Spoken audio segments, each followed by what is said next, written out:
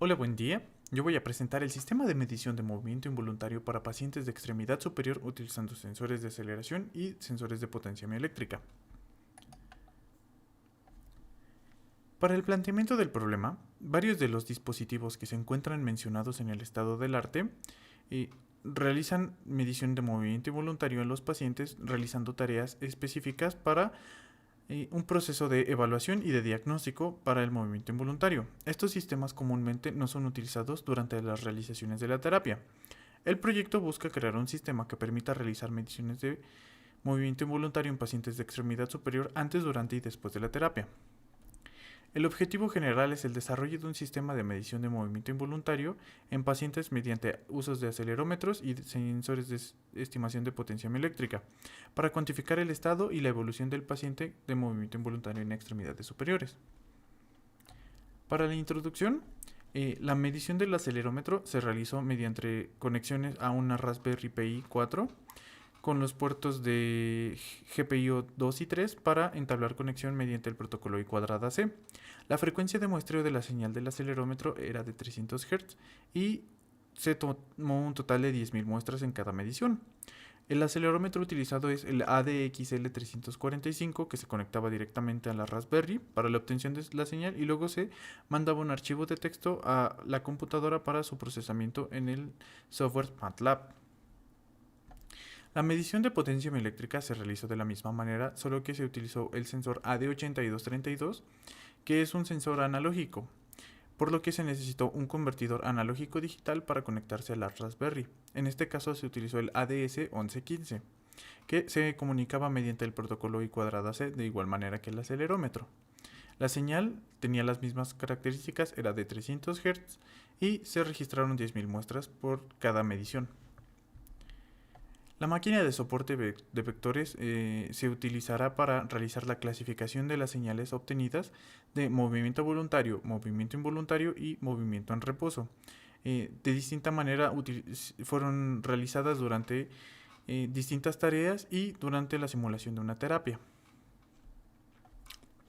El diagrama a bloques de el sistema completo es el que se muestra en pantalla, donde se describe todo el proceso desde la obtención de la señal, su procesamiento en la Raspberry, su envío a la computadora, su procesamiento en MATLAB mediante la extracción de características utilizando la transformada de Fourier en tiempo corto, el suavizado de la señal para evitar una confusión durante la clasificación, la realización del proceso de clasificación, la creación del modelo de la máquina de soporte de vectores y un modelo entrenado obtenido.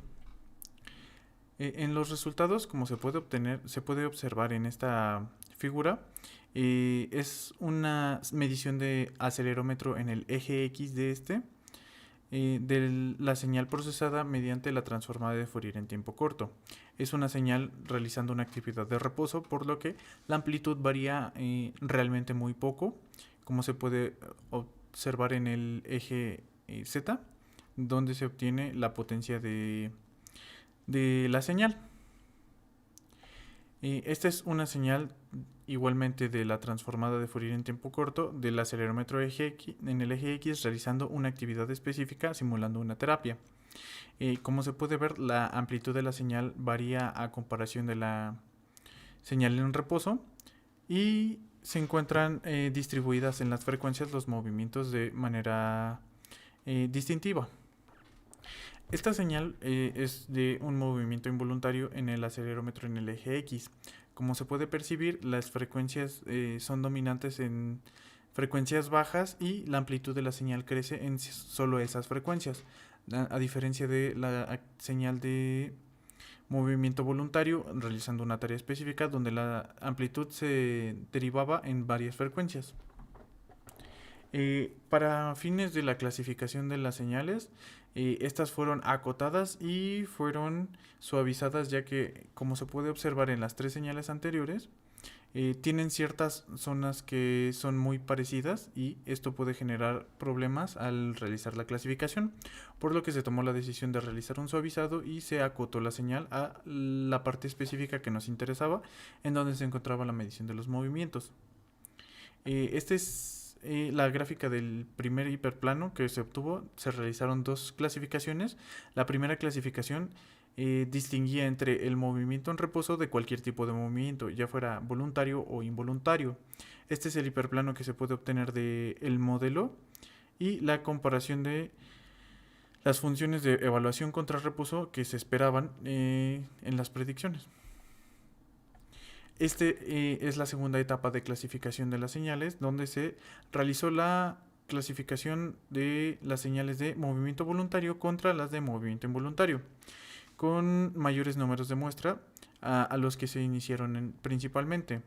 Esto fue evaluado con un total de 1000 muestras de cada tipo de movimiento. Ya las dos clasificaciones, la primera clasificación donde se utiliza toda la base de datos, son 1000 muestras de cada acelerómetro, de cada eje del acelerómetro, de movimiento voluntario, 1000 muestras de movimiento involuntario y 1000 muestras de movimiento en reposo.